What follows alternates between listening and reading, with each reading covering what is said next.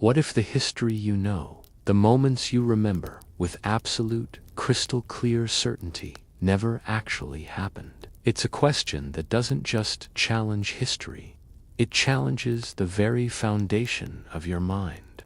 We trust our own memories, relying on them implicitly to build our daily reality. But what happens when that deep, unquestionable trust is entirely misplaced? Step out of the loud, chaotic present for just a moment. Step softly with me into a shadowy, quiet archive, the deep back rooms of the human mind.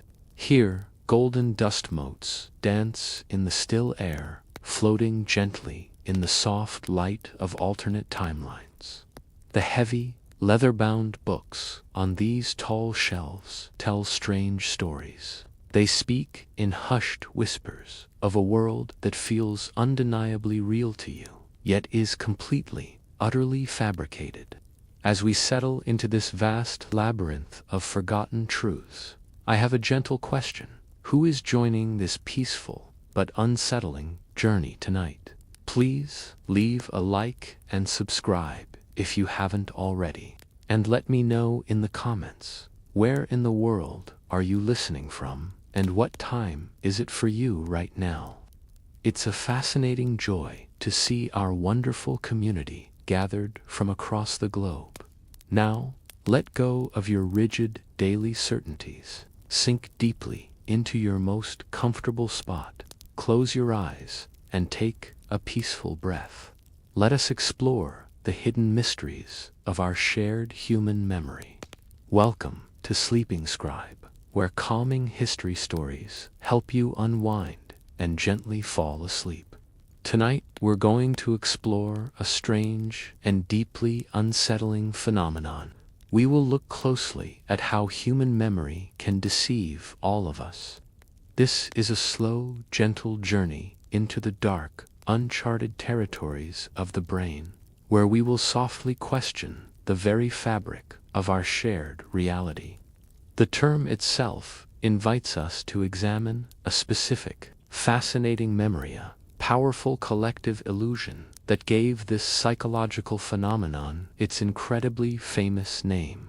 And so, we begin our slow descent into the echoes of the past.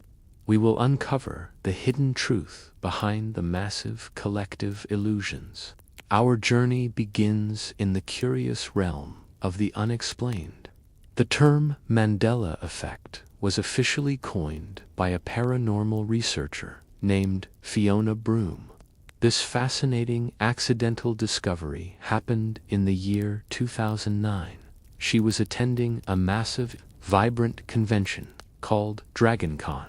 It was a bustling, noisy gathering of passionate pop culture enthusiasts. Amidst the lively, crowded atmosphere, she discovered something truly unsettling.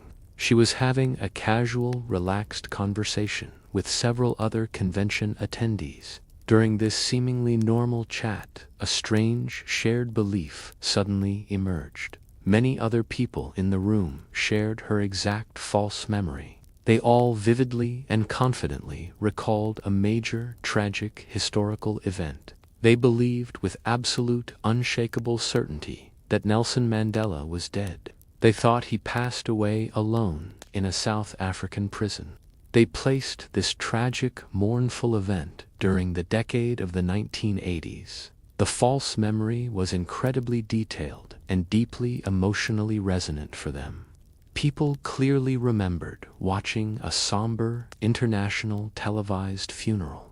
They recalled the sorrowful, tear-stained faces of the thousands of mourners. They distinctly remembered a very moving speech given by his grieving widow. They could picture Winnie Mandela speaking bravely through her immense grief. They could even picture the static buzz of an old television.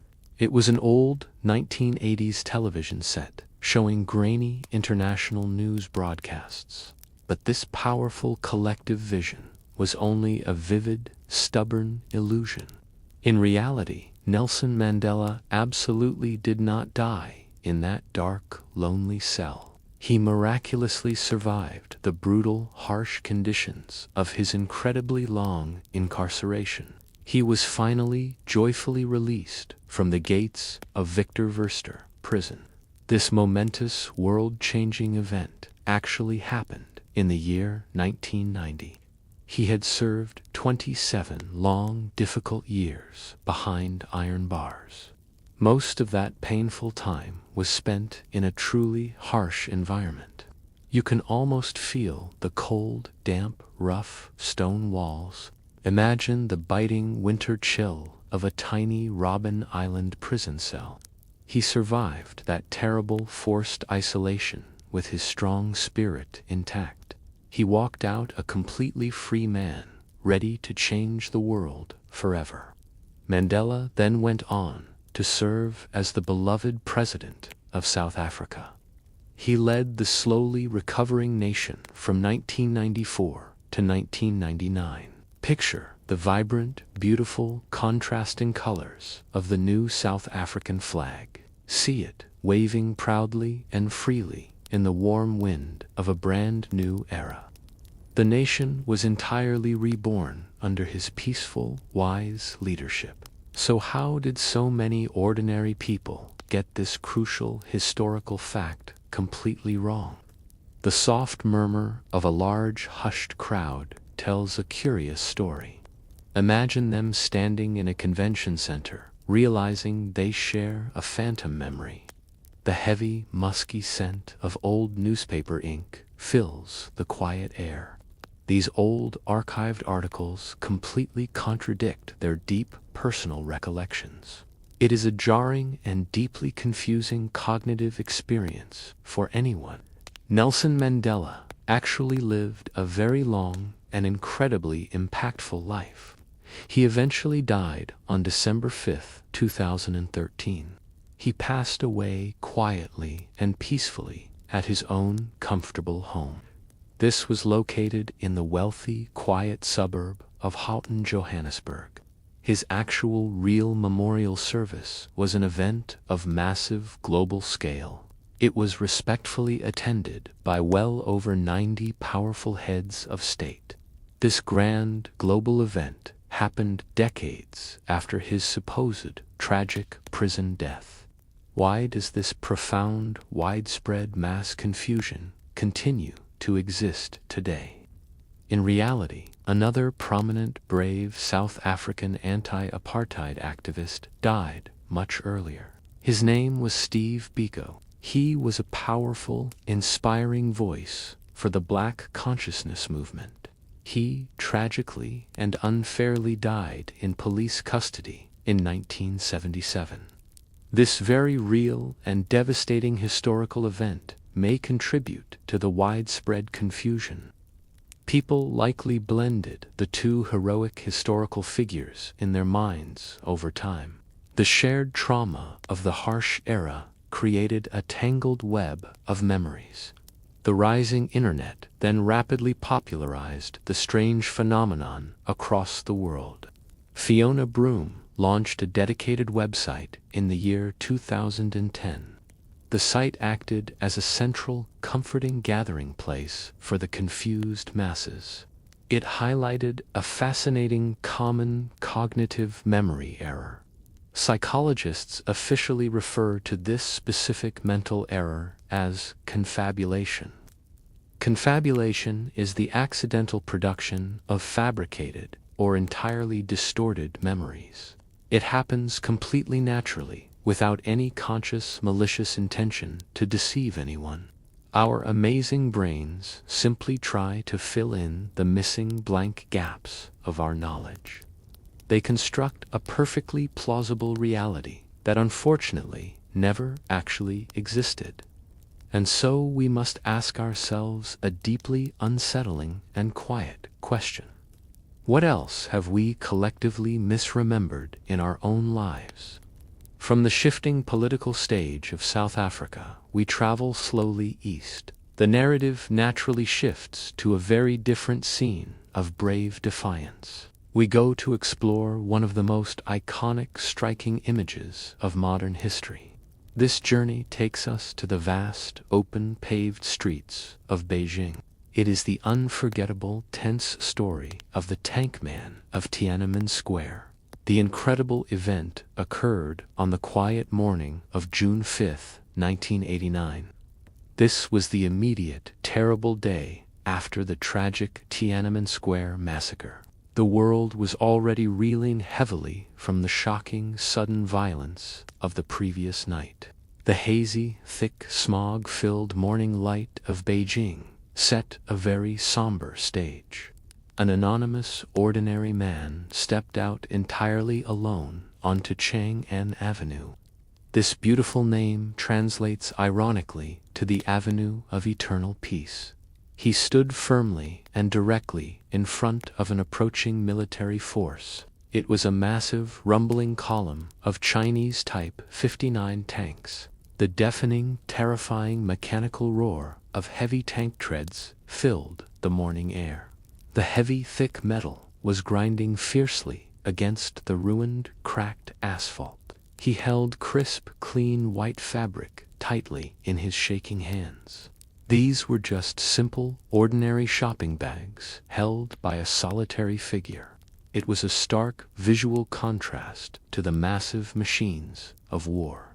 He repeatedly shifted his physical position from side to side.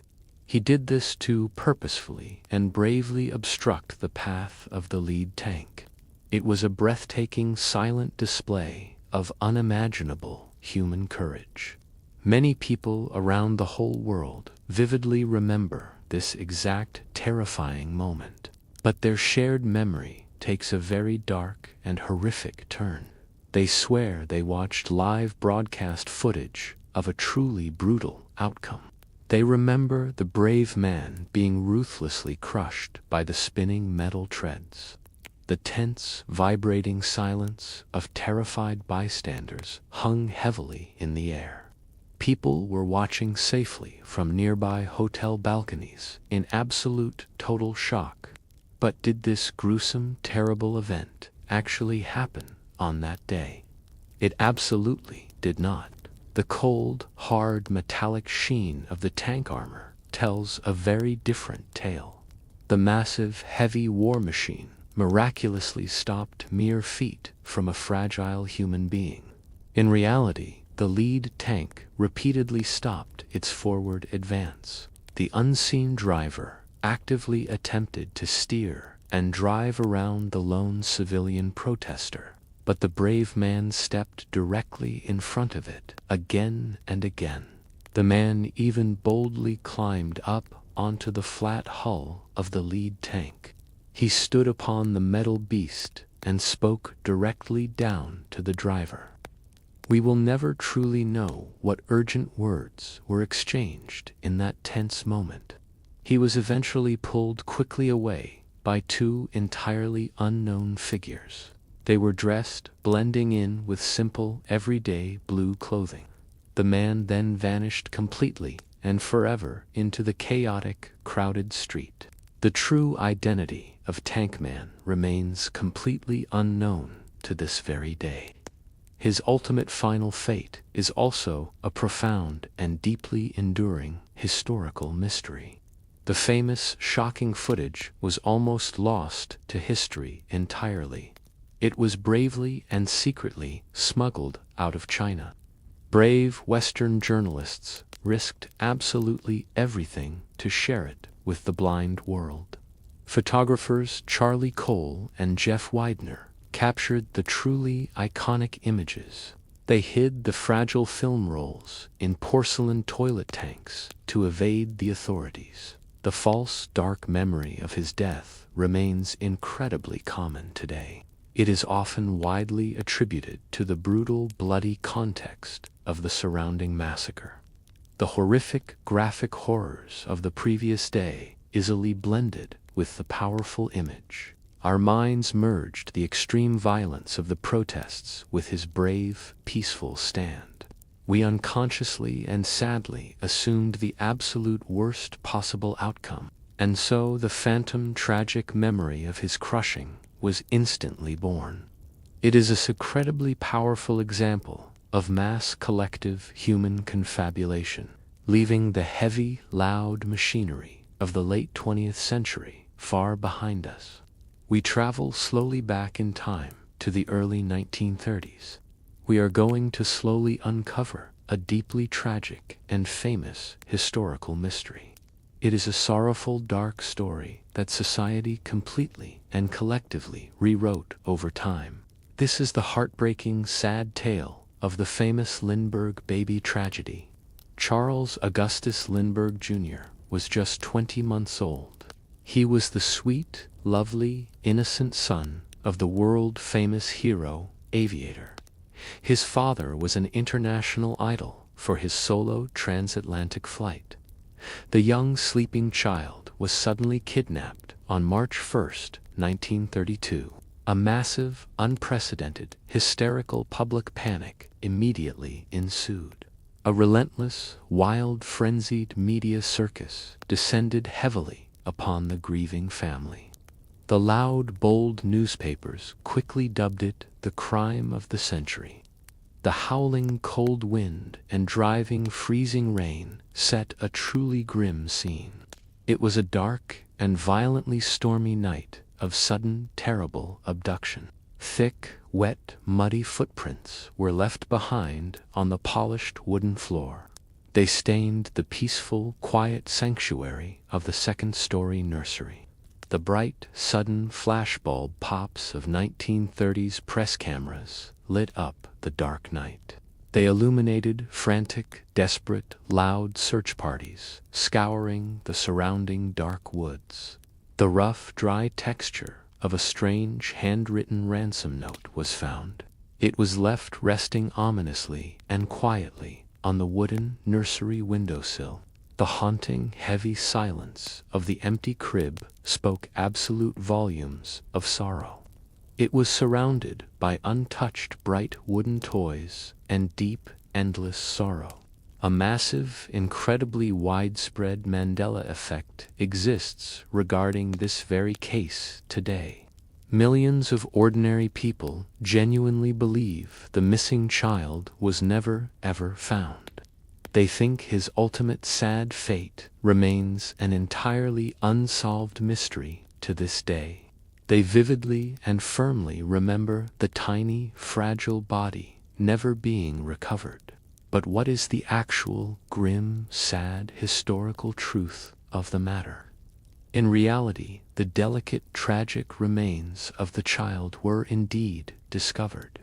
They were sadly found on May 12, 1932.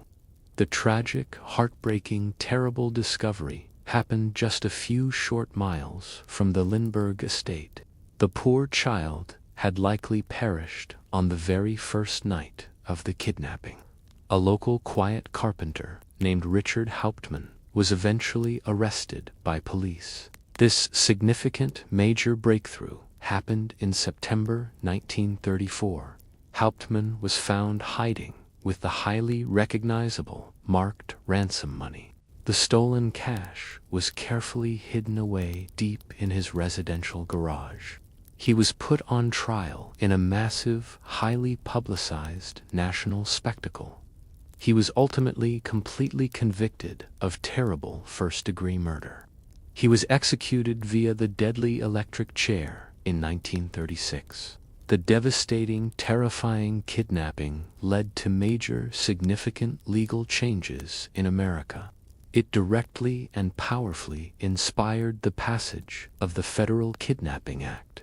This important, strict legislation is commonly and widely called the Lindbergh Law. It made crossing state lines with a kidnapped victim a severe federal crime. The various strange ransom notes left at the scene were very visually distinct. They contained specific, strange, odd spelling errors and a completely unique drawn symbol. The odd symbol was formed by interlocking strange blue and red circles. Why do so many intelligent people entirely forget this definitive legal conclusion? The strange collective forgetting is likely heavily due to the intense, long media cycle. The initial overwhelming loud media focus was entirely on the desperate, hopeful search. The frantic, daily hopeful hunt dominated the national front-page headlines for many months. The grim, sad, depressing conclusion was far less sensational than the ongoing, thrilling mystery. The public unconsciously preferred the deep intrigue of the unknown to the harsh, sad reality. Our cultural collective memory simply froze the tragic story in mid-flight. We perfectly remembered the urgent questions, but entirely discarded the terrible, sad answers. The mental distortion of such major historical tragedies is deeply, endlessly fascinating. It opens the heavy wooden door to another profound psychological realization. It beautifully and clearly shows how our brains effortlessly manipulate our defining moments. This calm journey through our collective deep illusions naturally leads us much deeper still. We will now closely and carefully look at the visual tricks our minds play. We are stepping slowly into the glowing, vibrant, warm realm of global pop culture. Let us carefully explore the persistent, loud echoes of the silver screen. We will unpack famous, beloved, classic movie quotes that absolutely everyone knows. But these are distinct, specific words that were never actually spoken on film. This clearly, heavily cements how our shared culture creates massive shared illusions. We start with a towering, massive, cinematic titan of science fiction history.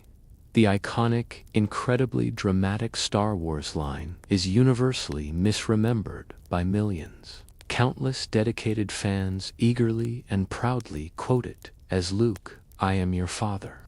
You can almost clearly hear the rhythmic, deep, slow, mechanical breathing. It echoes endlessly and loudly in a cavernous, metallic, sci-fi ventilation shaft. You can almost feel the intense, rushing, cold wind of Cloud City.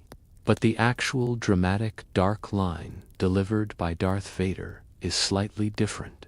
In the classic film The Empire Strikes Back, he clearly says, "No, I am your father." Our incredibly helpful brains simply added the heroic name for better, easier context. It makes the isolated famous quote much easier to share and understand instantly. Next, we travel back in time to a magical, beloved, colorful, animated kingdom. Think of the ethereal, swirling, ominous, magical green mist. It swirls beautifully and smoothly inside an ornate, heavy, golden-framed looking glass. In the vintage classic Snow White and the Seven Dwarfs, the evil queen speaks. People clearly and confidently remember her demanding "Mirror, mirror" on the wall. But the actual original vintage Disney script reads quite differently indeed. She actually, firmly and coldly, says "magic mirror" on the wall. She smoothly follows it with the vain question, "Who is the fairest one of all?" It is a very small, but truly fascinating collective, cultural, mental glitch. Now carefully picture a very cold, sterile, terrifying, dark reflection. Pale humming fluorescent lights bounce softly off a thick pane of heavy security glass. In the thrilling, scary film The Silence of the Lambs, Hannibal Lecter is terrifying. People swear confidently, he says, the famous, creepy, dark greeting, "Hello, Clarice." He absolutely never actually utters those two specific, famous words together. His actual greeting in their incredibly iconic, intense first meeting is quite simple. He just politely and very calmly says, "Good morning." The cultural massive parody of the character simply invented the famous phrase entirely. Let us move to a sweeping, beautiful, classic, black and white romance. Listen closely to the melancholic, sad, gentle melody of a lonely piano. The beautiful, soft music drifts through a smoky, dimly lit, crowded Moroccan cafe. The classic masterpiece Casablanca is endlessly famous for the line, "Play it again, Sam."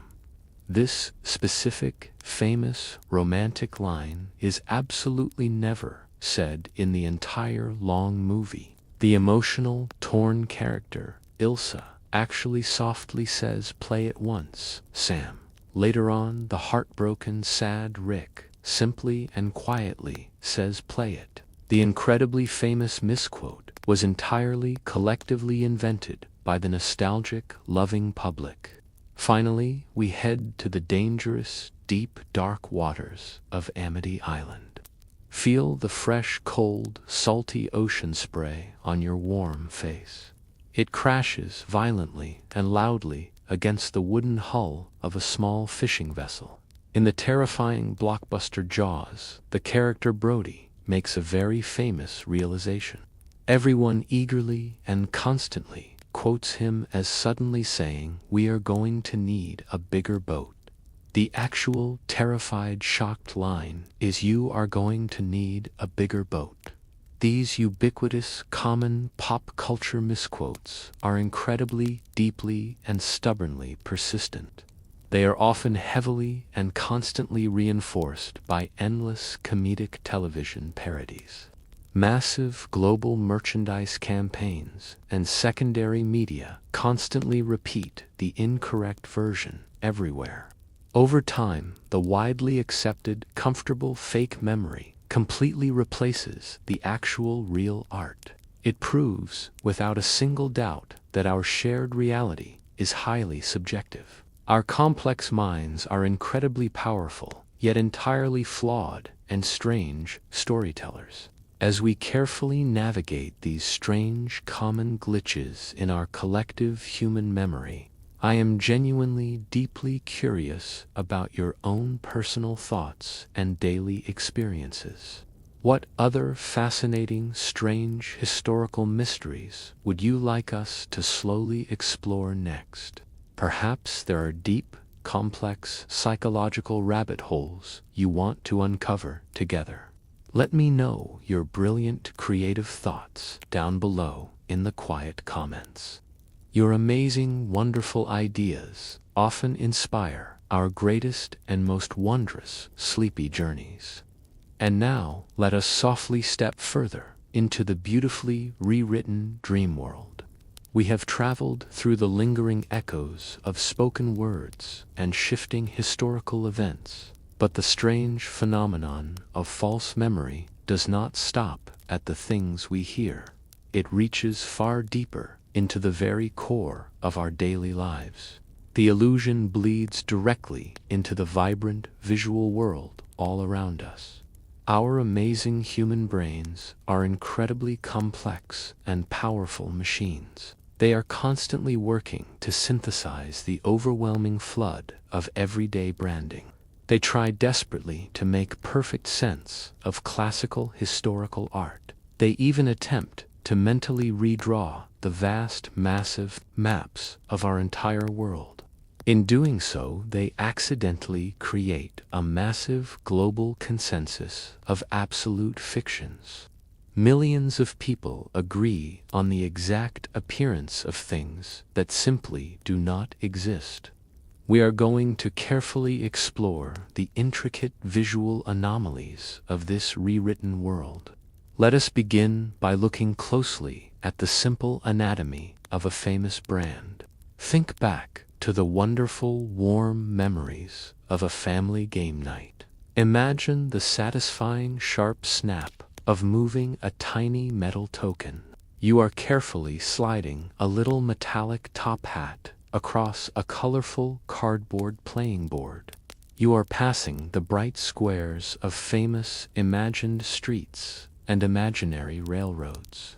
The comforting, familiar smell of freshly printed paper money fills the room. The colorful bills are neatly stacked in a small plastic banker tray. At the very center of this capitalist fantasy is a famous, iconic mascot. His official name is Rich Uncle Pennybags. He is the cheerful, wealthy face of the legendary board game Monopoly. Millions upon millions of players vividly and confidently remember his face. They clearly picture him wearing a sharp suit and carrying a cane. But most importantly, they remember a delicate glass monocle resting over his eye. It is a crystal clear visual memory shared across many different generations. But this shared memory is nothing more than a stubborn collective phantom. Since his original creation in the year 1936, he has been barefaced. The beloved character has absolutely never worn a monocle on any official board game art. He simply has a mustache and a top hat. Why do so many of us invent this specific small piece of fancy eyewear? Psychologists explain this through a fascinating concept called schema-driven memory. Our busy brains rely heavily on mental shortcuts to process information quickly. We associate rich 19th century aristocratic capitalists with very specific visual accessories. We expect a wealthy man in a top hat to also wear a monocle. So our minds simply paint one onto his face to complete the expected cultural picture. He is also very often confused with another famous dapper advertising mascot. That is, the famous Mr. Peanut from the Planters Snack Company. Mr. Peanut actually does wear a classic monocle and a tall black top hat. Our brains effortlessly and accidentally merge these two separate figures into one. We fill in the missing gaps with culturally associated, expected items. But this is only the very beginning of the corporate visual deception. Consider the sudden, sharp crinkle of a foil candy wrapper breaking the silence. You are sitting in a quiet room enjoying a sweet chocolate treat. It is the famous layered wafer candy known as the Kit Kat bar. Countless consumers swear they remember a small punctuation mark in the logo. They believe there was a small separating dash right between the two words. They can clearly picture the bold red wrapper with that little floating horizontal line. But the company has officially confirmed that the dash was never, ever there. It has always been spelled as one continuous flowing visual design. Our minds simply insert the dash because it makes grammatical visual sense. Now let us turn our attention to a very common item of daily clothing. Think of the soft folded cotton sitting quietly in your laundry basket. The famous clothing brand Fruit of the Loom has a very distinct, colorful logo. Millions of people vividly remember a specific rustic item in the background. They picture the woven wicker texture of a large traditional horn. They see this brown horn spilling over with vibrant ripe grapes and apples. This mythical object is classically known as a cornucopia. But the clothing company has firmly and repeatedly confirmed a shocking truth. There was absolutely never a cornucopia in their logo entire long history. It has always been just a simple, loose pile of colorful fruit. Yet the false memory of the woven basket is incredibly ancient and widespread. In the year 1973, a famous flute player released a parody album. The musical album cover was cleverly titled Flute of the Loom. It featured a very clear, deliberate painting of a cornucopia spilling out garments. This old artistic parody beautifully proves that the false memory is many decades old. People were already collectively misremembering the logo over 50 years ago. Even the massive roaring engines of the automotive world are not safe from this. Picture the famous blue and white oval logo of the Ford Motor Company. Look very closely at the elegant, flowing script of the capital letter F. There is a small, distinct looping curl right on the crossbar of the letter. Many lifelong dedicated truck owners swear that little artistic curl was never there before. They remember a much simpler and straighter geometric letter. But the historical archives show that the tiny, elegant curl has been there for a century. And from the highway, we move to the glowing pixelated screen of nostalgia. Imagine holding a heavy plastic late 90s handheld gaming console in your hands. The small screen shows a bright yellow electric creature from the Pac-Man series. The beloved character Pikachu is recognized by children all over the earth. A massive number of fans remember his lightning bolt tail having a dark feature. They specifically recall the very tip of his jagged tail being completely black. But looking at any official artwork reveals a totally different reality. The tail is, and always has been, entirely solidly yellow from base to tip. Only the very tips of his long pointed ears are actually black. Our brains simply balance the visual design by adding the black paint to the tail.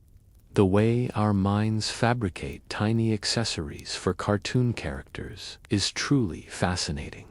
But it is just a small, gentle prelude to a much grander psychological illusion. If we can invent a monocle, we can invent much more. We can conjure entire feature-length films completely from thin air. Let us dive into one of the most utterly baffling examples of this phenomenon. It involves the strange, shared memory of a movie that simply never existed. Step back into the comforting, familiar nostalgia of a busy 90s video rental store. The faint, warm smell of stale popcorn and worn carpet greets you at the door. You walk slowly down the long, colorful aisles of bright plastic cassette cases.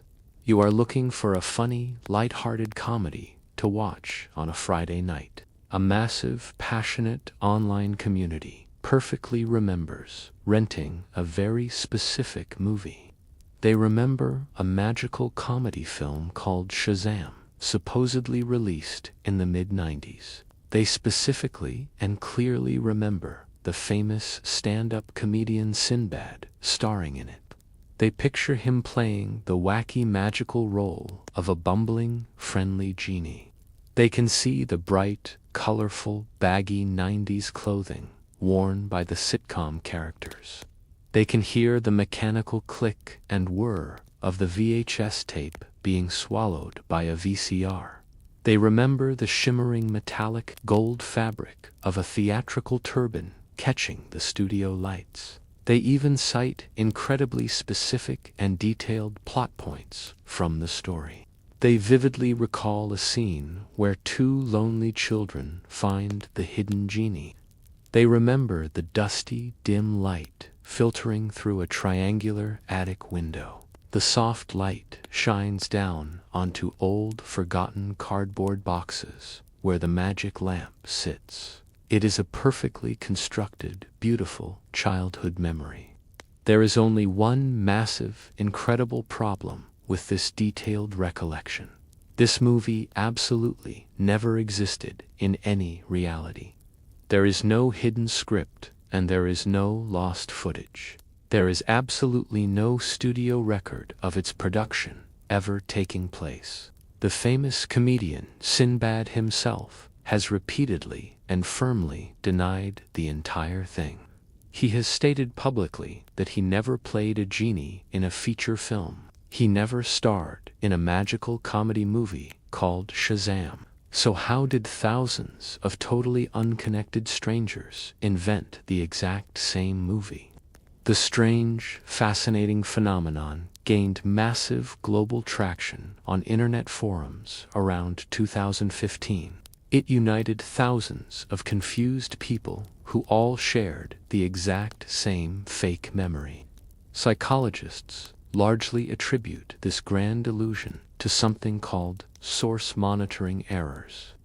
This happens when the human brain completely forgets where it originally learned a piece of information. The mind then accidentally conflates several different real memories into one fake narrative.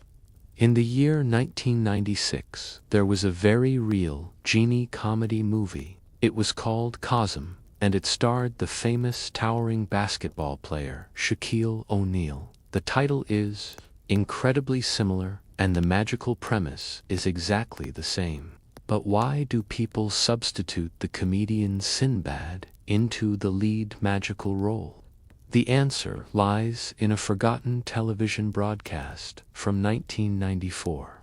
Sinbad actually hosted a massive televised movie marathon on the TNT network. It was a special presentation of classic Sinbad, the sailor adventure films. During the long television broadcast, he dressed up in colorful, elaborate Middle Eastern clothing. He wore the flowing garments and the metallic turban of a magical sailor. Our amazing associative brains took the memory of Chasm and the memory of the television broadcast. We smashed them together to create a brand new phantom film called Shazam. The illusion became so powerful and widespread that it inspired a brilliant joke. The comedy website College Humor created a highly elaborate spoof video in 2017. It was a brilliant April Fool's prank featuring the real Sinbad actually acknowledging the fake movie. They filmed fake retro footage that looked exactly like a lost 90s VHS tape. This hilarious prank only served to further blur the fragile lines of reality. It cemented the fake movie even deeper into the cultural subconscious. If modern fast-paced pop culture can invent entire full-length films from nothing, then it is truly no surprise that much older history is also distorted. Centuries-old classical historical portraits have also been collectively and wildly read. Let us travel far back in time to the Grand Royal Courts of England. We are going to carefully examine a classical grand visual Mandela Effect. It surrounds the incredibly famous, imposing portrait of King Henry VIII. Imagine the rich, thick, velvety texture of crimson and gold royal garments. See the heavy, luxurious fabrics draped elegantly over a massive, broad physical frame. You can almost smell the savory, roasted, rich scent of a royal banquet hall. The grand stone room is filled with bright, crackling, roaring fireplaces. A vast number of modern people remember a very specific classical painting. They see the legendary massive King Henry sitting triumphantly at a huge feast. They vividly picture him holding a very large roasted turkey leg in his mighty hand. They remember the greasy, messy, gluttonous imagery of the powerful, hungry monarch. Many curious tourists and visitors to grand art galleries actively search for this exact painting. They walk through the hushed, reverent silence of grand museum corridors. The silent halls are beautifully lined with towering, ancient oil portraits. The visitors look at the subtle cracking of dried centuries-old oil paint on wooden canvas. They actively ask the brilliant museum curators where the famous turkey leg painting is located, and they are absolutely shocked and bewildered to learn that it is a total phantom. No such royal portrait exists anywhere in the entire world. It has never existed in the hidden royal archives or in any public museum collection. The most famous and defining historical portrait of King Henry VIII is very different. It was brilliantly painted by the legendary artist Hans Holbein the Younger. In this actual factual masterpiece, the king is holding something else entirely. Look at the sharp, heavy metallic gleam of his chosen accessories. He is sternly holding a pair of soft leather gloves and a beautiful jewel-encrusted dagger. The dagger rests heavily and dangerously against his fine, intricate fabric. There is absolutely no food of any kind depicted in the royal painting. Furthermore, the historical culinary facts make the turkey leg incredibly unlikely.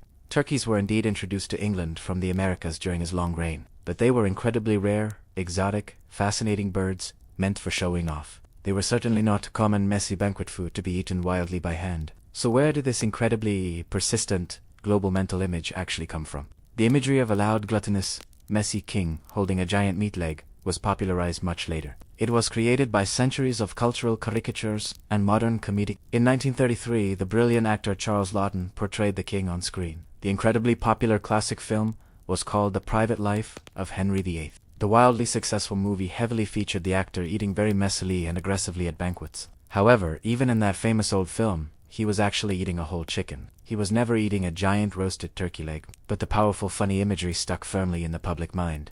Decades later, the incredibly iconic animated cartoon The Simpsons spoofed the royal imagery. They showed a funny, animated version of the king devouring massive pieces of meat. This completely and finally cemented the strong false association in modern minds. The human brain uses a process known as gist memory. We simply remember the basic general concept of a historical figure. The gist is that Henry was a very large, powerful, and gluttonous man. We remember this concept, rather than the exact, intricate visual truth of his portrait. Historic classical art is very often remembered not by the original painted canvas. It is remembered completely through the distorted, foggy lens of modern cultural creation. Our internal mental galleries are totally filled with completely forged art. As we realize this unsettling truth, we turn our gaze to something much larger. We look away from the canvas, and down toward the heavy pages of the atlas. Even the massive, heavy continents of our planet seem to have shifted in our minds. Let us explore the massive geographical and beloved literary illusions of our world. Listen to the loud, satisfying, crinkling sound of a large, faded paper map. You are slowly unfolding the vast, colorful paper on a heavy wooden study desk. You trace the blue oceans and the green land masses with your eyes. A highly significant portion of the global population shares a geographic memory error. They clearly and confidently remember the location of the beautiful country of New Zealand. They picture it floating peacefully in the ocean to the northeast of Australia.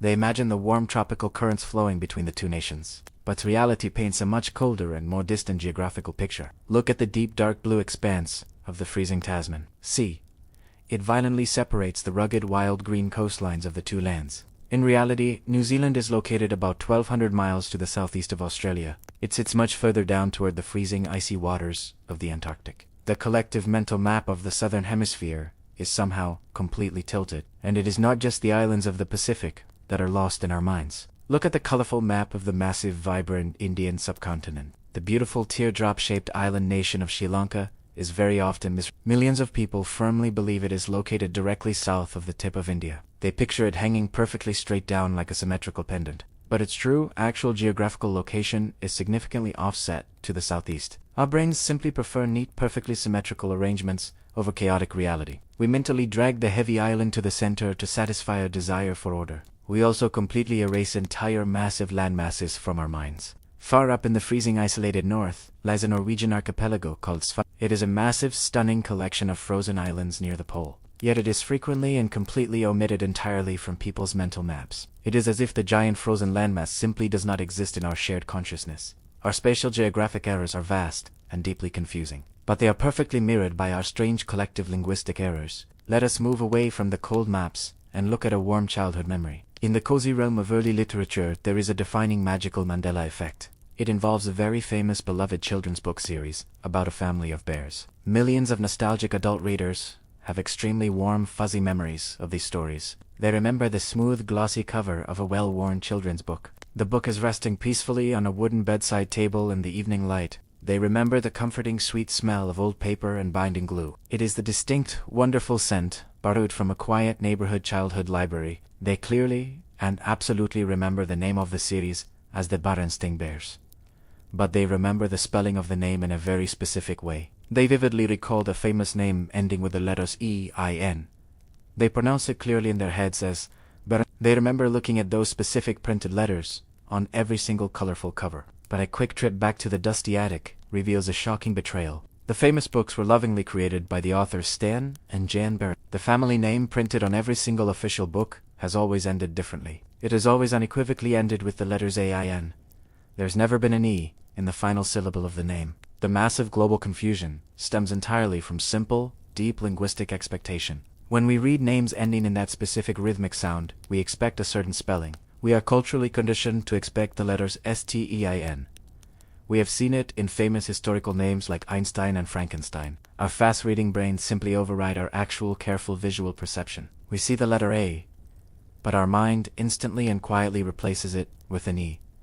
We read what we expect to read rather than what is actually printed on the page. Many people report feeling a profound, deep sense of personal betrayal upon learning this. They look at old dusty VHS tapes or vintage preserved books with total disbelief. Seeing the letters AIN feels completely wrong and alien to their foundational memories. It feels as though someone secretly snuck into their childhood home and changed the covers. These fascinating, spatial, and linguistic mental errors show us a profound truth. Our complex, beautiful brains vastly favor recognizable, easy patterns over strict factual accuracy. We are meaning-making machines that constantly smooth out the rough edges of reality. We mentally move islands to make the map look more balanced and neat. We silently change the spelling of a name to fit our linguistic rules. We add a monocle to a wealthy cartoon character because it completes the visual story. We are not passively recording the world like a perfect digital camera. We are actively, enthusiastically painting it with our own cultural brushes every single day. The deliberate, slow tracing of an index finger across the colorful continents reveals our flaws. As you gently spin a beautiful antique globe, you realize the truth. The world you remember is partly a beautifully constructed shared fiction. The map of reality shifts and morphs quietly before our very own eyes. Take a slow, deep, calming breath as we absorb these strange, fascinating revelations.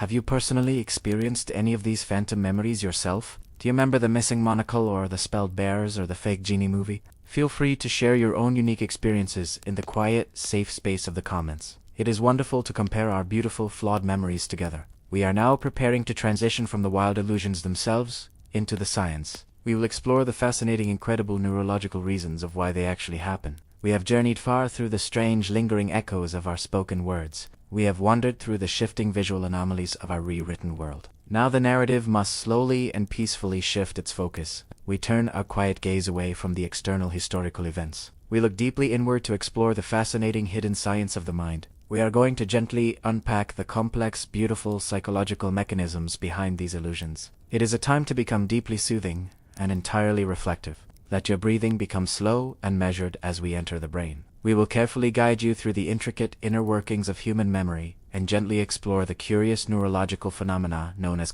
Let's start by examining the quiet, fascinating science of memory retrieval. There is a very common, comforting misconception about how our memory actually works. Many people believe that human memory functions exactly like a mechanical video recording. They think the brain simply presses play to perfectly recall a past event. They assume every tiny visual and audio detail is permanently safely stored away. But true memory is absolutely not a perfect, unchangeable video recording. It is an incredibly complex, active, and entirely reconstructive mental process. Your amazing brain must constantly piece together scattered, fragile fragments of information. It acts more like a brilliant, creative artist than a cold, passive machine. Imagine the gentle, rhythmic pulsing of tiny biological neurons, firing in the dark. They flash beautifully, like distant, lonely stars, in the dark cosmos of the mind. Deep inside this vast neural universe lies a specialized curved structure. This fascinating vital region is scientifically known as the hippocampus. The hippocampus is the busy, delicate region primarily responsible for a crucial task. It takes our temporary, fragile, short-term experiences and carefully processes them. It slowly consolidates them into the deeper, permanent storage of long-term memory. But this delicate storage process is never completely permanent or perfectly secure. Every single time a specific memory is actively recalled to the surface, it immediately becomes vulnerable to tiny, subtle, and completely accidental alterations. This fascinating neurological vulnerability is a process known by scientists as when you remember something, you are completely rewriting the mental file. You are softly shuffling countless paper files in an endless, dimly lit archival room. The faint echoing whisper of a forgotten conversation fades into the quiet background. This constant quiet rewriting leads to a fascinating phenomenon called confabulation. Confabulation is a completely natural, common, and harmless memory disturbance. It occurs when a healthy person produces totally fabricated memories about the world. They confidently create a false narrative without any malicious intent to deceive anyone. They are simply telling honest lies to themselves and to others around them. It happens because our human brains absolutely abhor a vacuum of information. When there is a missing blank space in our historical recollection, the brain will subconsciously and rapidly invent perfectly plausible details to fill the gaps. It smoothly and seamlessly patches the holes in our conscious narrative. It is like the smooth, fluid blending of warm watercolors on a canvas. The mind blends different distinct memories together to create a complete painted picture. Sometimes this creates a deep, unsettling feeling known as cognitive dissonance. Cognitive dissonance occurs when our deeply ingrained personal beliefs or memories clash heavily. They clash violently with undeniable physical evidence presented right in front of us. We feel a strange mental friction when reality contradicts our internal files. This friction is a clear sign that our memory has been quietly compromised. A brilliant famous psychologist named Elizabeth Loftus has studied this extensively for decades. She dedicated her life to researching the fascinating, dangerous misinformation effect. This effect clearly shows how post-event information powerfully interferes with original memories. What we hear or see after an event completely changes how we remember it. Loftus proved that entire complex false memories can be easily and permanently implanted. She conducted a legendary psychological study known as the Lost in the Mall experiment. She successfully convinced healthy adult subjects that they were lost as young children. Through gentle, suggestive questioning, they eventually remembered crying in a massive shopping center. They vividly remembered the terrifying lonely feeling of being separated from their parents. They clearly described the nice elderly stranger who supposedly helped them find their family. But this traumatic childhood event had absolutely never happened to them at any point. Their brains simply constructed the fake trauma from the gentle, suggestive questions. Feel the calm, steady rhythm of your breathing as your mind searches for truth. You often feel the mild frustration of a word resting on the tip of the tongue. This happens because the brain strongly prioritizes semantic memory over episodic memory. Semantic memory is the broad general meaning and the overall context of a situation.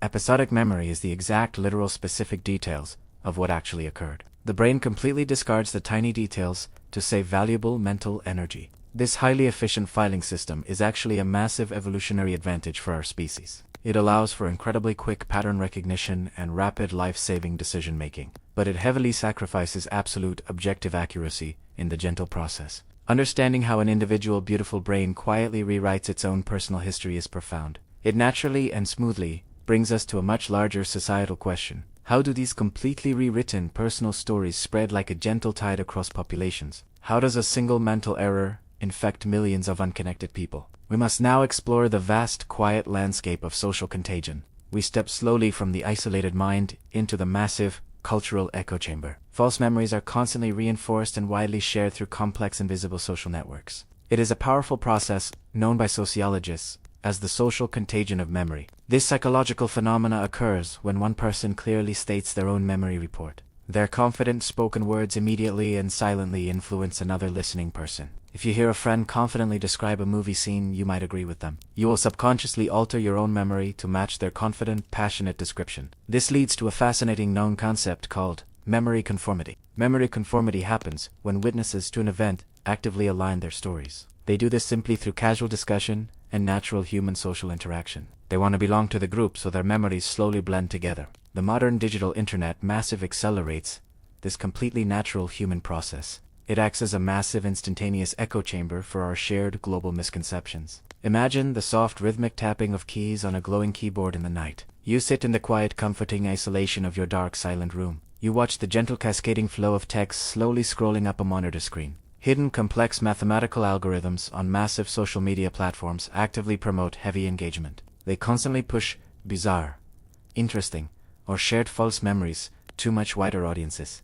They thrive on the shock and the sudden awe of the collective realization. This rapid digital repetition triggers something called the illusory truth effect. The illusory truth effect dictates a very simple but incredibly dangerous psychological rule. It states that repeated constant exposure to any false statement changes our perception. The more we hear a lie, the more likely it is to be believed as truth. Once a collective massive memory is firmly established among a group of people, a powerful psychological shield called societal confirmation bias instantly kicks in. The group begins to actively filter out any facts that contradict their narrative. They reject the physical evidence to protect the warm shared memory of the community. Even the subtle nuances of language itself play a massive role in this deception. How a simple question is framed on a public forum can dictate the memory. If someone asks, "Why did the mascot lose his monocle?" the brain automatically assumes the monocle must have existed in the first place. The rapid widespread sharing of funny visual internet memes also standardizes the false memory. A single viral image gives the entire world a singular, solid visual anchor. It replaces the fuzzy, vague memory with a sharp, crisp, fabricated image. The quiet murmur of a crowd slowly harmonizing into a single unified hum. It is like the overlapping gentle ripples on a calm pond spreading outward. The intersecting waves of water slowly create one massive unified pattern on the surface. Dedicated online communities eventually form around the shared phenomenon of the Mandela Effect. These groups provide immense, powerful social validation for the very confused individuals. This deep validation makes the false memory feel infinitely more authentic than cold reality. But this is not a completely new modern phenomena born of the digital age. Historical myths have functioned this exact same way for many long centuries. Consider the widespread deep belief that people in the time of Columbus were ignorant. Millions believed that the ancient sailors thought the earth was completely flat. But educated people in the 15th century absolutely knew the earth was a sphere. The flat earth myth was a historical confabulation invented much later by writers. It was a shared fictional story that became universally accepted as absolute historical fact. Think of the warm, comforting glow of a shared crackling campfire in the dark. Stories are passed down verbally and slowly changed with every single spoken generation. While science offers completely logical, satisfying explanations for these shared societal echoes. The boundless creative human imagination simply cannot help but wander further away. We naturally look toward much more extraordinary and vast cosmic possibilities. We leave the safe confines of psychology and sociology entirely behind us. We drift slowly upward into the boundless fascinating realm of the multiverse. It is time for a calming imaginative look at the fringe theories surrounding the phenomenon. These are the wild, beautiful, speculative ideas that capture our modern collective imagination. Many passionate enthusiasts actively and completely reject all the psychological explanations. They refuse to believe that human memory is simply flawed and deeply fragile. Instead, they find great comfort in highly complex theoretical quantum physics theories. The most famous of these is the incredible many-worlds interpretation of quantum mechanics. This mind-bending physical theory suggests a truly staggering and infinite reality. It proposes that all possible alternate histories and all possible futures are actually real. They exist simultaneously in a vast, sprawling, infinite web of parallel universes. Imagine the silent, majestic spinning of a vast golden antique astrolabe. It slowly turns in the dark, measuring infinite mathematical possibilities and hidden worlds. A very popular wild fringe theory focuses on a massive scientific machine in Europe. It involves the Large Hadron Collider located at the CERN laboratory in Switzerland. Hear the soft, mesmerizing hum of massive magnetic coils deep within the Earth. They reside in a cold, sterile subterranean scientific facility miles below the surface. In the year 2012, this machine discovered the famous Higgs boson particle. Fringe theorists proposed that this massive high-energy quantum experiment caused a cosmic accident. They believe the powerful collider accidentally caused two separate parallel realities to merge together. They firmly claim that our shared collective false memories are actually completely accurate. They are simply accurate memories retained from a different parallel timeline. They believe we have all slowly and unknowingly shifted out of our original universe. We have drifted into a reality where the spelling of a book is slightly different. A closely related and equally fascinating concept is known as quantum immortality. This theory suggests that human consciousness somehow miraculously survives completely fatal events. It proposes that when we die, our consciousness instantly shifts to a parallel timeline. We move to a neighboring universe, where the individual narrowly survived the tragic event. Another incredible idea is the famous simulation theory, popularized by philosopher Nick Bus. This theory suggests that our entire physical reality is merely an artificial digital construct. We are living inside an advanced, complex computer program created by higher beings. In this theory, the bizarre Mandela effects are simply tiny coding errors. They are literal technical glitches in the source code of our simulated world. Look at the endless mirrored reflections of a single warm candle flame stretching into infinity. The idea of parallel timelines suddenly merging is often compared to a strange temporal concept. It is compared to the mind-bending idea of retrocausality in physics. Retrocausality suggests the impossible idea that the future can directly influence the past. Effects can happen before their causes, creating ripples backward through time. Imagine the gentle static of an old radio dial slowly tuning in the dark. It tries to settle between two different overlapping invisible stations broadcasting at once. Mainstream brilliant physicists generally dismiss all of these wild fringe theories entirely. They view them as a massive fundamental misunderstanding of complex quantum mechanics. They argue you cannot simply apply subatomic quantum rules to macroscopic human memory. Picture the delicate sparkling trails of subatomic particles briefly appearing in a cloud chamber. They flash and vanish long before they can affect the spelling of a cereal box. But despite the heavy, strict skepticism of the scientific establishment the theories endure, they offer a deeply comforting and beautiful narrative to the human soul. They tell us that our minds are not broken and our memories are not flawed. They suggest that reality itself is completely fluid, magical, and constantly changing. These incredible concepts have deeply influenced modern imaginative science fiction literature. They provide absolutely endless creative material for stories about shifting parallel realities. They allow us to dream of a universe far larger than our small day lives, floating back slowly from the massive cosmic scale of the infinite multiverse. We return gently to the quiet, intimate, peaceful sanctuary of our own minds. We are finding a deep, warm peace in the completely imperfect nature of our memory. We are ready to explore the pure beauty of the flawed human mind. This brings us to the gentle, quiet conclusion of our primary historical narrative. We must fully embrace the beautiful, natural fragility of our human memory. It is incredibly important to view the Mandela Effect through a lens of wonder. It is absolutely not a frightening failure of our minds or our reality. It is a beautiful, grand testament to the sheer boundless creativity of the brain. Acknowledging the extreme fallibility of human memory has led to massive positive changes. It has led to crucial, vital reforms in the modern criminal justice system. Courts now heavily question the absolute reliability of confident eyewitness testimony. They understand that a confident witness can still be a completely wrong witness. The dedicated scientific study of false memories helps cognitive researchers immensely. It helps them carefully map the intricate vast networks of human intelligence. It shows them how deeply intertwined our logical memory is with our wild imagination. The powerful biological force of neuroplasticity ensures that our brains remain highly adaptable. Our minds are constantly updating and quietly editing the events of our past. They do this simply to help us better navigate the complex challenges of our future. The incredibly widespread shared nature of the Mandela Effect reveals something truly beautiful. It reveals the deep, powerful, hidden psychological connections that bind all of human society together. We are all making the exact same small mistakes in the exact same beautiful ways. Human memory is always incredibly closely tied to deep, powerful human emotion. We remember exactly how a profound, beautiful moment made us feel inside. We remember the joy or the sorrow far more accurately than the literal cold facts. We hold on to the emotional truth while the physical details slowly fade away. It is also vital to understand that the process of forgetting is not a flaw. Forgetting is a completely necessary and elegant biological function of the healthy brain. It constantly clears away the useless, trivial clutter of our daily waking lives. It prevents overwhelming, dangerous cognitive overload and allows us to focus on the present. The great 17th century philosopher John Locke pondered these exact profound ideas. He famously tied the concept of personal identity directly to the continuity of memory. He believed that memory was the absolute defining core of the human self. If we are made of our memories, then we are entirely made of stories. Accepting the strange reality of the Mandela Effect is a wonderful, peaceful practice. It is a necessary daily practice in deep, profound cognitive humility. It forces us to gently recognize that all human reality is completely subjective. It encourages incredibly vital critical thinking skills in a very confusing, complex world. It teaches us to maintain a healthy, quiet skepticism of our own absolute certainties. We must learn to let go of the rigid, strict need to always be perfectly right. Look at the warm golden light of a setting sun casting long, gentle shadows. The soft orange light stretches beautifully across the floor of a quiet, empty room. Feel the soft, comforting heavy weight of a thick blanket settling over your relaxed shoulders. Watch the slow, graceful, beautiful descent of a single dry autumn leaf. It detaches from the branch and floats gently and quietly down to the damp earth. Listen to the quiet, steady, rhythmic ticking of an old wooden grandfather clock. It stands in the corner, marking the peaceful, unbroken passage of endless time. Think of the blurred, soft focus edges of an old, highly cherished family photograph.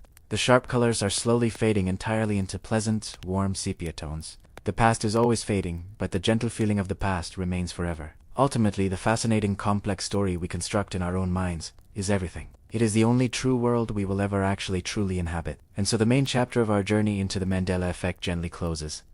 We find that our minds are not broken recording devices. They are brilliant, imaginative storytellers weaving together the past, not as it strictly was. They weave it, as we collectively feel it should be. The phantom memories we share are just echoes of a deeply connected human experience. As we let go of the need for absolute certainty, I hope you found a comforting wonder in the fragility of our reality. Thank you for walking through this psychological labyrinth with me.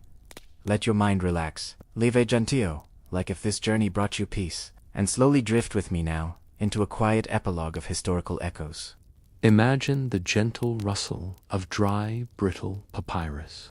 It is unrolling under the careful and deliberate hands of an ancient scholar. Every movement is measured and slow. The scholar reads the ancient wisdom with a profound reverence. It is a sound of pure discovery echoing through the vast corridors of time. Picture the soft, flickering glow of oil lamps. They illuminate rows of carved wooden shelves in the deep quiet of night. The golden light dances across the spines of countless ancient works.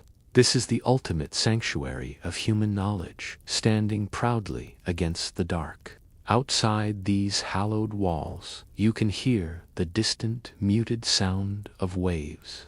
They gently lap against the ancient stone harbor of the Mediterranean Sea.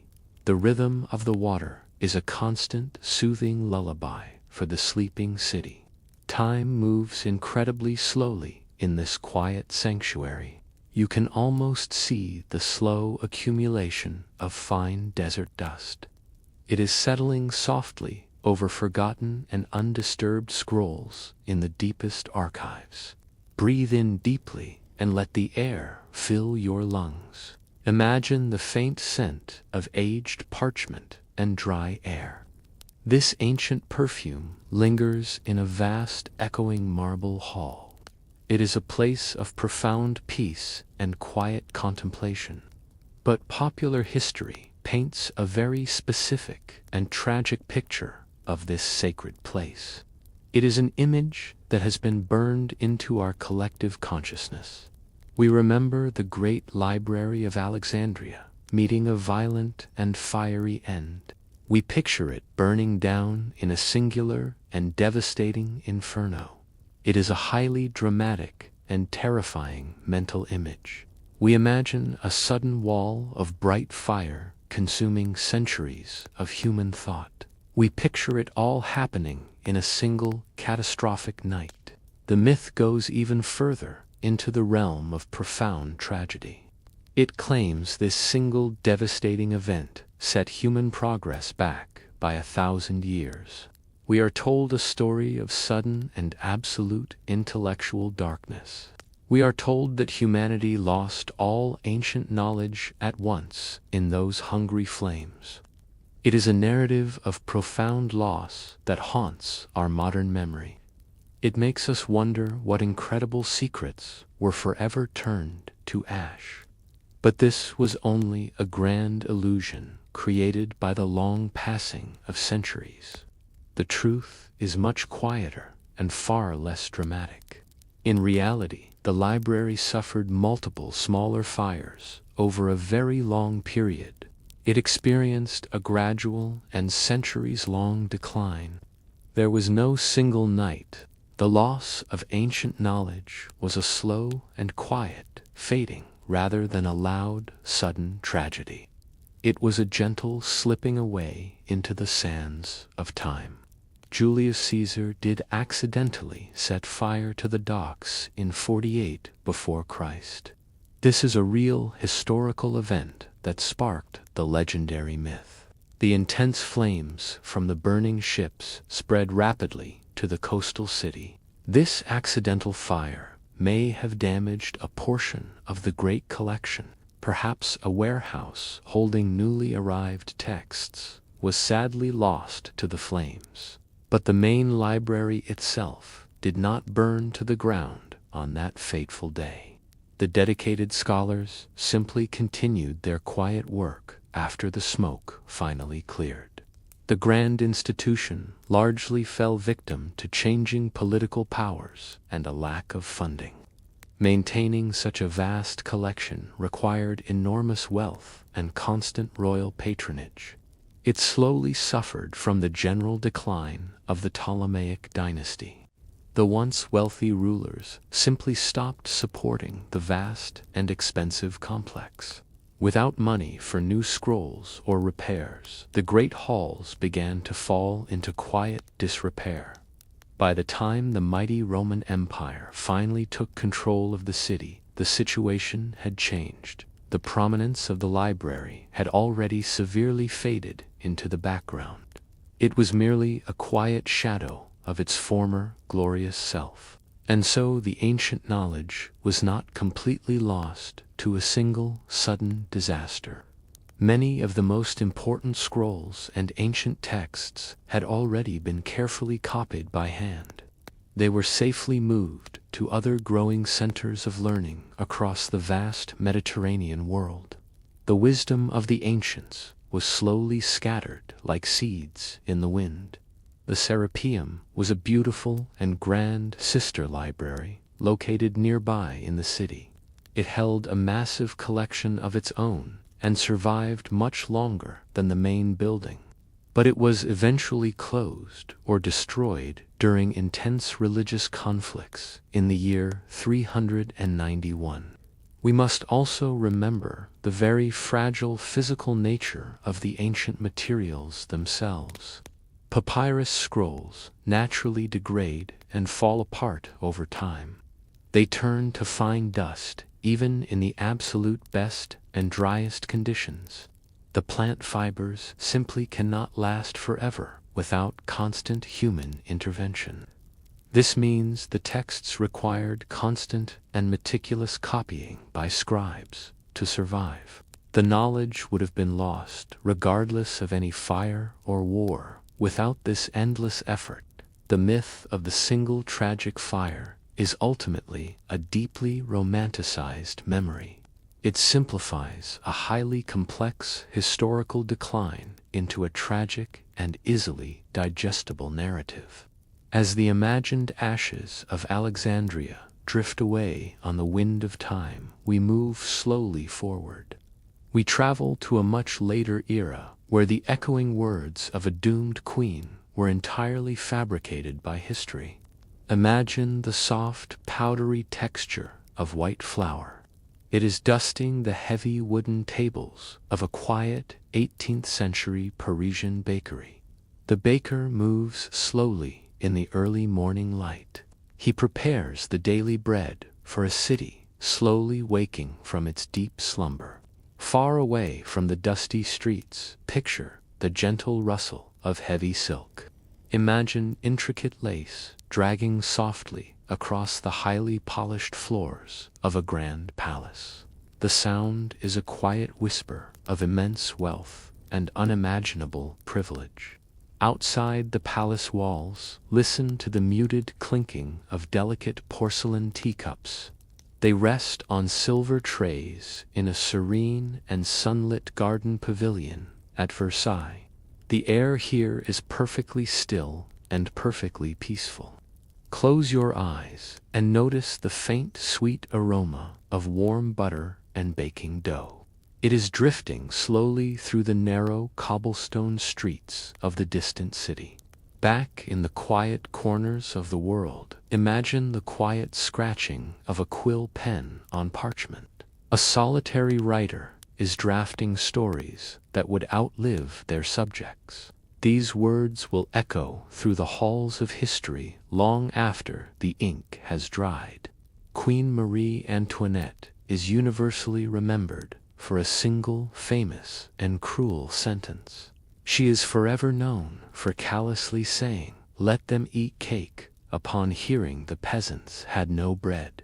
This phrase has cemented her legacy as the ultimate symbol of royal indifference. It is an unforgettable picture of an aristocratic ruler who was entirely blind to the suffering of her own people. The quote perfectly captures the deep divide between the rich and the starving poor. It is taught in schools and repeated in stories all across the modern world. But there is no historical evidence that she ever actually uttered this infamous phrase. The historical record is completely silent on this supposed moment of royal cruelty. The original French phrase itself does not even translate to the word cake as we know it today. The actual words were that they should eat brioche. Brioche refers to a highly enriched and expensive bread made with heavy butter and fresh eggs. It was certainly not a modern frosted cake, but it was still a luxury far beyond the reach of a starving peasant. The quote first appeared in the famous autobiography called Confessions, written by philosopher Jean-Jacques Rousseau. He wrote these enduring words when Marie Antoinette was only 9 years old. At that time, she was still a young child, living far away in her native Austria. She had not even arrived in France to become its future queen. Rousseau attributed the famous quote to an unnamed great princess in his writings. He never explicitly claimed that Marie Antoinette was the one who spoke those heartless words. It was only much later that the quote was weaponized by angry political writers. Anti-royalist propagandists, during the chaotic French Revolution, eagerly attached the quote to Marie Antoinette. They desperately needed a powerful symbol to highlight her supposed extreme ignorance and complete lack of empathy. The fabricated quote was a perfect tool to enrage the starving masses against the royal family. It was a calculated political lie designed to destroy her public image completely. In reality, Marie Antoinette was actually known to be quite charitable during her reign. She was often deeply aware of the terrible suffering of the poor in her country. She personally funded numerous charitable endeavors and often expressed genuine concern for the starving peasants. This compassionate reality stood in sharp contrast to the evil caricatures printed in the revolutionary pamphlets. The famous phrase was actually a very common aristocratic cliché used in political literature. It had been circulating in various forms long before the revolution ever began. Similar stories and anecdotes attributing the exact same quote to other noblewomen existed decades prior. It was simply a well-known urban legend that was eventually pinned onto the most convenient target. History remembers the exaggerated caricature of the out-of-touch queen. We collectively choose a potent and simple symbol over the highly complex and nuanced reality of her actual life. Leaving the quiet and fading gardens of Versailles behind, we gaze upon the commanding figure of a mighty emperor. We look upon a man whose physical stature was completely distorted by the cruel lens of international rivalry. Picture the rhythmic and slow march of tall soldiers in heavy woolen coats. They are silently crossing a quiet and deeply snow-covered field in the dead of winter. Their boots crunch softly in the pristine white snow. Feel the faint metallic scent of gunpowder and damp earth settling over the landscape. It is a silent and misty valley at the very break of dawn. The world is holding its breath before the inevitable storm of battle begins. See the crisp and clean lines of a finely tailored military uniform. It is adorned with rows of dull brass buttons that catch the pale morning light. This is the attire of a man who commands nations with a single word. Far away from the front lines, imagine the quiet scratching of a charcoal pencil on thick paper. An artist is drawing a cruel caricature in a dimly lit and smoky London study. The artist smiles as he distorts reality with every stroke of his hand. Return to the battlefield and watch the soft glow of a dying campfire. It is casting long and highly distorted shadows across the heavy canvas walls of a solitary military tent. Napoleon Bonaparte is historically famous for being an exceptionally short and angry man. This pervasive belief even inspired the famous psychological term known as the Napoleon complex. We imagine a tiny dictator overcompensating for his small size, with an insatiable hunger for massive global conquest. This image of the incredibly short and raging emperor is firmly planted in our cultural memory. It is a detail that almost everyone believes to be an absolute historical fact. In reality, this is nothing more than a profound misunderstanding born of old mathematics. Napoleon was officially measured at 5 feet and 2 inches at the exact time of his death. However, these were recorded in the old French measurements used at the time. When carefully translated to the modern British imperial measurements, the truth is revealed. He was actually roughly 5 feet and 6 inches, or 5 feet and 7 inches tall. This means he was absolutely not a tiny man by any historical standard. This height actually made him slightly taller than the average Frenchman of the late 18th and early 19th centuries. He was of perfectly normal and respectable stature for a man of his time and place. The enduring myth of his tiny size was heavily propagated by endless British political cartoons. It was a brilliant and highly effective campaign of deliberate psychological warfare. The famous artist James Gillray was particularly responsible for spreading this powerful visual lie. Gillray consistently drew Napoleon as a tiny and petulant child, throwing ridiculous tantrums in his elaborate military uniform. These highly popular cartoons were printed in newspapers and shared rapidly across all of Britain. They were designed to humiliate the emperor and strip away his terrifying aura of invincibility. It is much easier to fight an enemy when you are laughing at him. Furthermore, Napoleon was always surrounded by his personal bodyguard, known as the elite Imperial Guard. These specific soldiers had strict physical requirements and were chosen because they were remarkably tall and imposing men. Standing constantly next to these literal giants naturally made the emperor appear much shorter by direct comparison. It was an optical illusion created by his own elite military protectors. He was also often affectionately called the Little Corporal by his fiercely loyal soldiers. But this was a gentle term of endearment and deep respect earned on the battlefield. It was a testament to his incredibly close relationship with the common fighting men of his massive army. It was absolutely not a literal or mocking description of his physical height.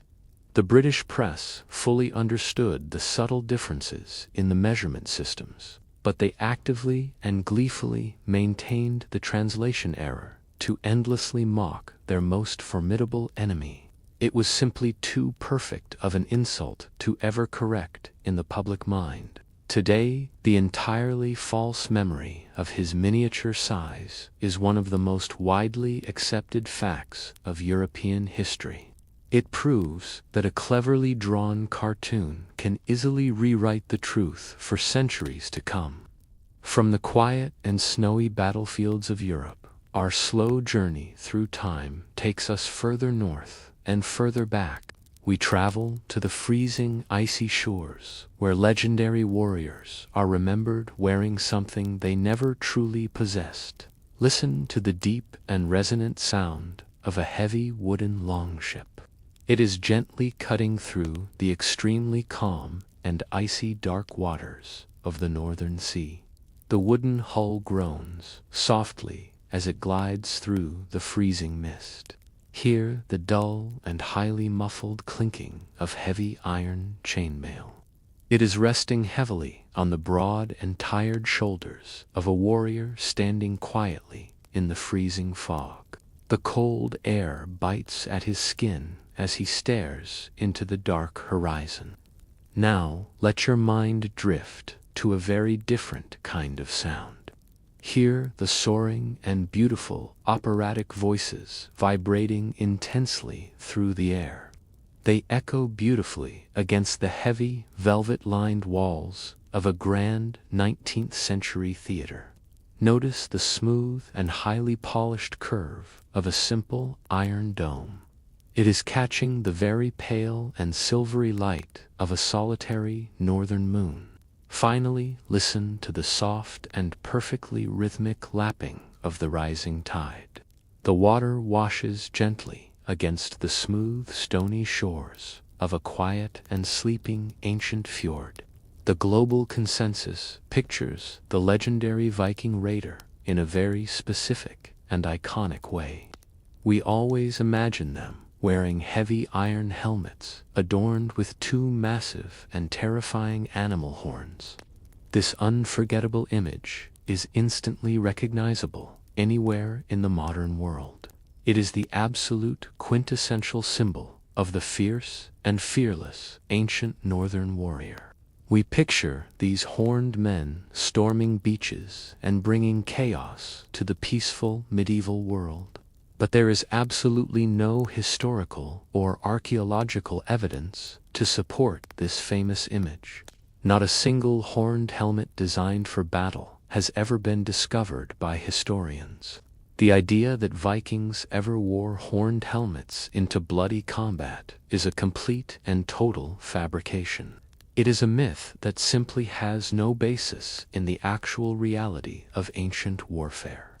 Horns on a helmet in extreme close quarters combat would be incredibly impractical and highly dangerous for the wearer. They would act as giant handles, providing enemy soldiers with an incredibly easy way to grab a warrior and pull him violently to the ground. A sword or heavy axe would easily catch on a horn instead of safely deflecting away from the head. Actual Viking helmets were typically very simple and highly functional conical iron caps. They usually featured a solid piece of iron known as a nose guard to protect the center of the face. They were specifically designed to safely deflect incoming blows and keep the warrior alive in the chaotic crush of a shield wall. The powerful myth of the horned helmet actually originated much later in the 1870s. It was entirely the creation of a highly imaginative theatrical costume designer named Carl Emil Doppler. He was tasked with creating the bold visual aesthetic for a massive new artistic production. Doppler created the magnificent horned designs for the very first staging of a legendary opera. It was Richard Wagner's epic and sweeping musical cycle known as The Ring of the Nibelung. The designer needed something visually spectacular that could be easily seen from the very back rows of a dark theater. He was heavily inspired by ancient and pre-Viking Bronze Age ceremonial headgear that had been found in Scandinavia. These ancient artifacts did feature small horns, but they were strictly used for peaceful, religious rituals and never for actual combat. Doppler simply combined these ancient ceremonial designs with the later Viking armor to create a stunning theatrical illusion. The striking and highly dramatic visual instantly captivated the wild imagination of the general public. It was a look that felt completely true, even if it was entirely historically inaccurate. The powerful image was quickly cemented in popular art and romantic literature all across Europe. It became the only acceptable way to portray the ancient northern raiders in modern stories. We must also consider that Catholic priests were the primary writers of recorded history during the actual Viking Age. These terrified monks often described the brutal pagan raiders as literal demons and devils sent to punish the wicked. Making them wear actual horns on their heads fit perfectly with this deep historical bias.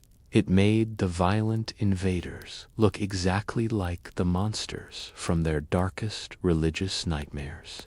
Today, the phantom memory of the horned Viking is an inseparable and beloved part of modern folklore.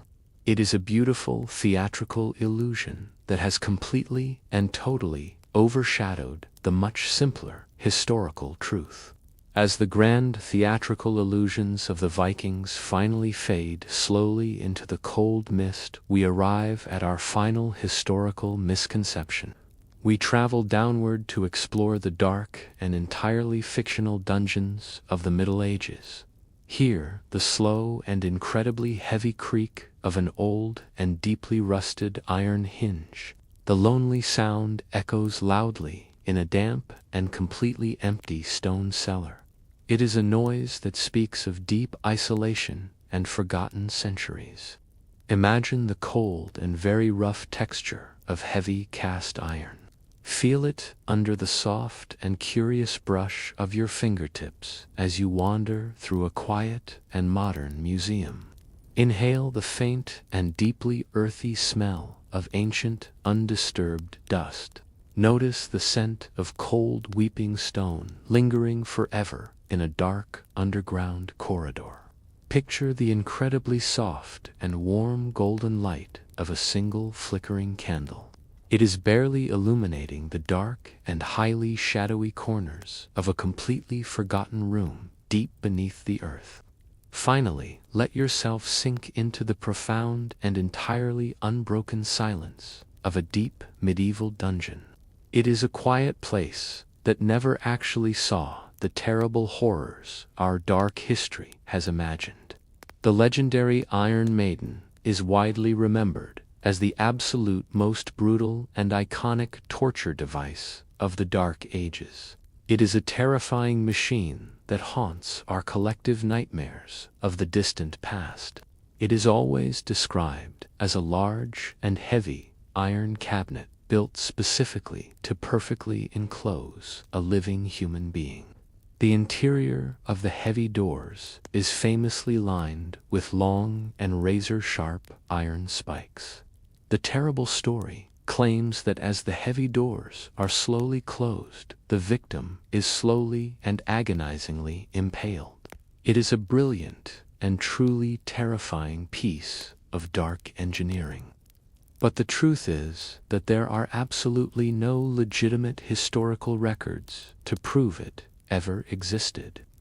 There are no medieval texts or verified ancient artifacts proving the Iron Maiden was ever used during the actual Middle Ages. The device is a complete and total fabrication invented many centuries later.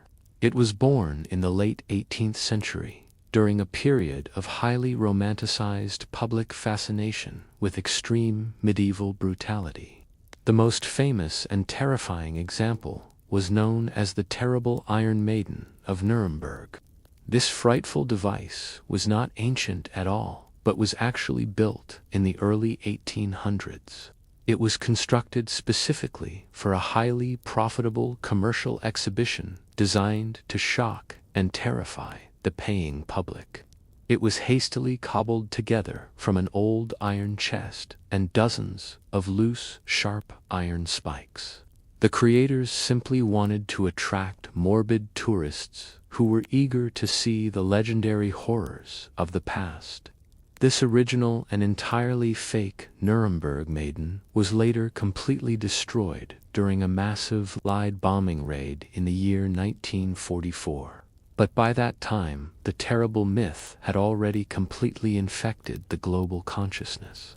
The frightening myth was heavily popularized by various modern philosophers and fiction writers. These men desperately wanted to portray the old medieval period as an incredibly barbaric and deeply savage time. They used the terrifying image of the Iron Maiden to make the enlightened present look much better by direct comparison. They created a fake monster to prove how civilized they had finally become. In genuine historical reality, medieval punishment often relied heavily on simple public humiliation. The authorities preferred cheap and highly visible methods, like placing a criminal in the wooden stocks in the center of the village square. They rarely wasted precious iron or complicated engineering on elaborate mechanical contraptions for simple punishment. The phantom memory of the Iron Maiden proves exactly how easily our collective history can be entirely rewritten. It shows how willing we are to believe dark lies to satisfy our endless human fascination with the macabre and the terrifying. The dark and gloomy dungeons of our imagination are filled with terrors that never truly existed in the light of day. We built these iron monsters in our minds long after the real castles had fallen into ruin.